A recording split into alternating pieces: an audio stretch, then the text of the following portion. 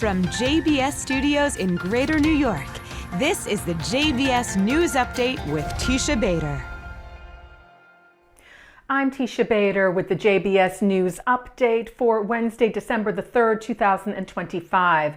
A coffin claimed to contain the remains of a slain hostage were handed over today by terror group Hamas via the Red Cross to the IDF in Gaza, who said the coffin, escorted by IDF troops, crossed the border into the state of Israel this evening and was taken to the National Institute for Forensic Medicine, where identification procedures are taking place. The Prime Minister's office noted that the Hostages and Missing Directorate is in continuous contact with the families of the two fallen hostages. Meanwhile, the so-called findings handed over yesterday by Hamas to Israel via the Red Cross were determined not to be the remains of a hostage.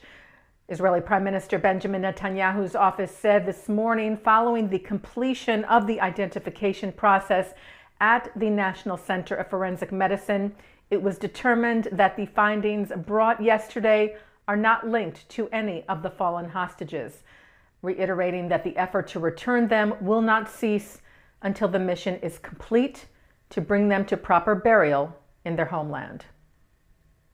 Israeli, Lebanese, and American representatives held a security meeting in Lebanon today that included visiting U.S. Special Envoy to the Middle East, Morgan Ortagus. Prime Minister Netanyahu's office said the meeting took place in a good atmosphere, and it was agreed that ideas would be formulated to advance possible economic cooperation between Israel and Lebanon.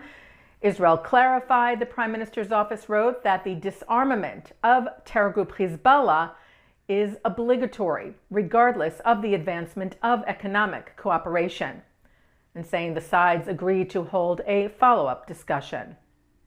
The Anti-Defamation League launched its first ever J7 Task Force Summit in Australia, where anti-Semitic incidents have significantly spiked since the October 7th Hamas massacre. Jewish leaders from the world's 7 largest diaspora communities, Australia, Argentina, Canada, France, Germany, the United Kingdom, and the US, convened in Sydney today to coordinate responses to rising anti-Jewish hate in Australia and across the globe. ADL Senior Vice President for International Affairs, Marina Rosenberg, saying what is happening in Australia is not an exception. It should be a wake-up call to communities worldwide. And CEO of the Conference of Presidents of Major American Jewish Organizations, William Daroff, said, "The plight of the Jewish people is singular. When Jews face danger in one place, Jews face danger in every place. The threats we confront in America, in Australia, and across the world are connected and reveal a rising shared danger. In this moment," he said, "we stand together and respond with unity, resolve, and an unwavering commitment to defend and strengthen the Jewish people."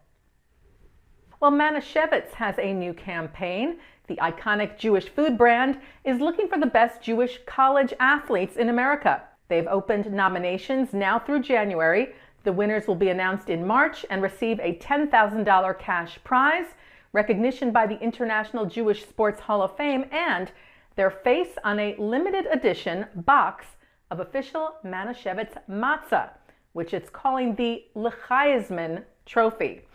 Manischewitz writing, "For years, Jewish college athletes have been breaking stereotypes, smashing expectations, and dominating across every sport in the NCAA. What people don't realize is that these athletes are often the most prominent Jewish representatives on campus."